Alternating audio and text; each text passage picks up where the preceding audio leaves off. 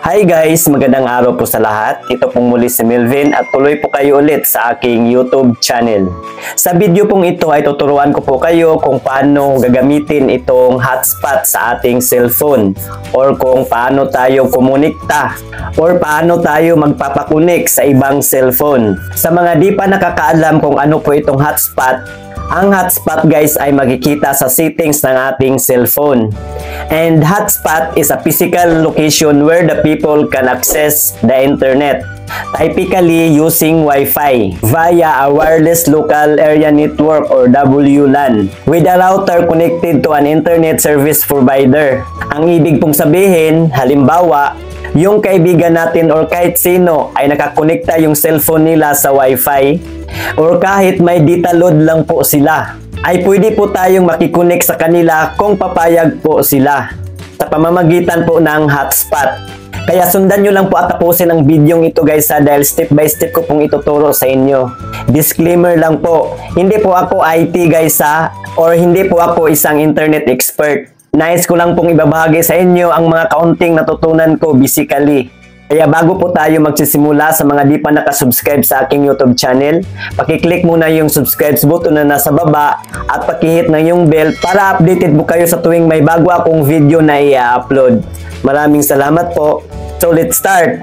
Ito panoorin nyo.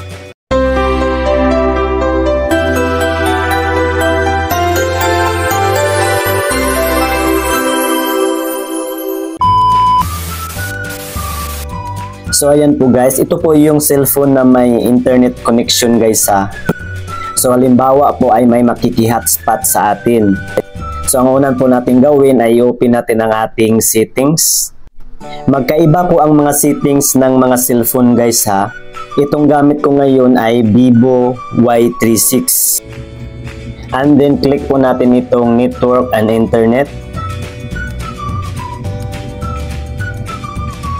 At kailangan pong naka-on ang ating Wi-Fi dito guys or ang ating data.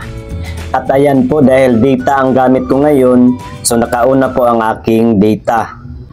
And then i-click natin itong hotspot tethering. And then click natin itong Wi-Fi hotspot.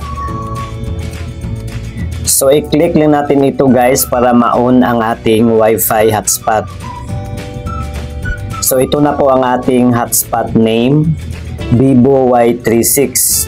At kapag may gustong kumunikta sa atin guys ay kailangan nila ang ating password. So itong hotspot password ang ibigay natin guys, or kunin na lang po natin yung cellphone nila at tayo na lang po ang mag-type ng password for security lang po. At itong one-time mobile data usage limit guys, so halimbawa po ay gusto nating limitahan yung data usage sa mga kumunikta sa atin. Ito lang po ang pindutin natin guys. So may pagpipilian po tayo guys kung ilang MBs ang ibibigay natin sa kanila. Ito bang unlimited, walang limit, 50 MB lang ba, 100 MB, 200 MB, 500 MB. At itong custom guys ay pwede po nating ilagay dito guys kung ilang MB ang gusto nating ibigay sa kanila. At kung naka-decide na po tayo, i-click natin itong OK. At halimbawa ay 50 MB lang po ang ibigay natin sa kanila.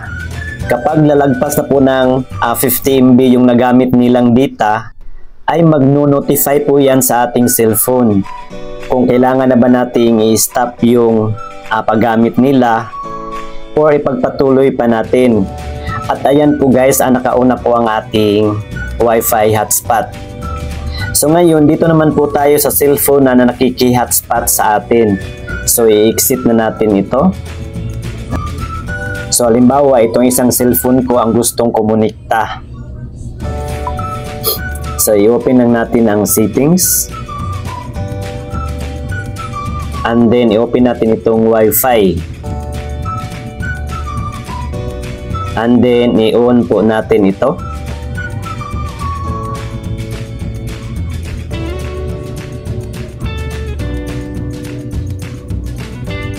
So nandito na po ang Vivo Y36.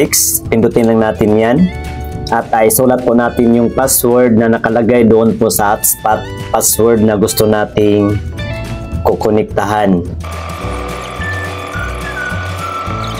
And then click natin itong connect.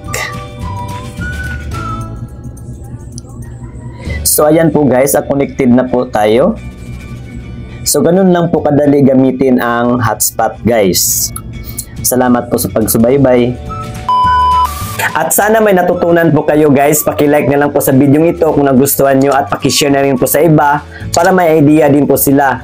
At para sa iba pa pong mga katanungan, pakisulat lang po inyong mga tanong dyan po sa comment section sa baba. So yun lang mga po guys. Maraming salamat sa panonood. God bless us all. Goodbye.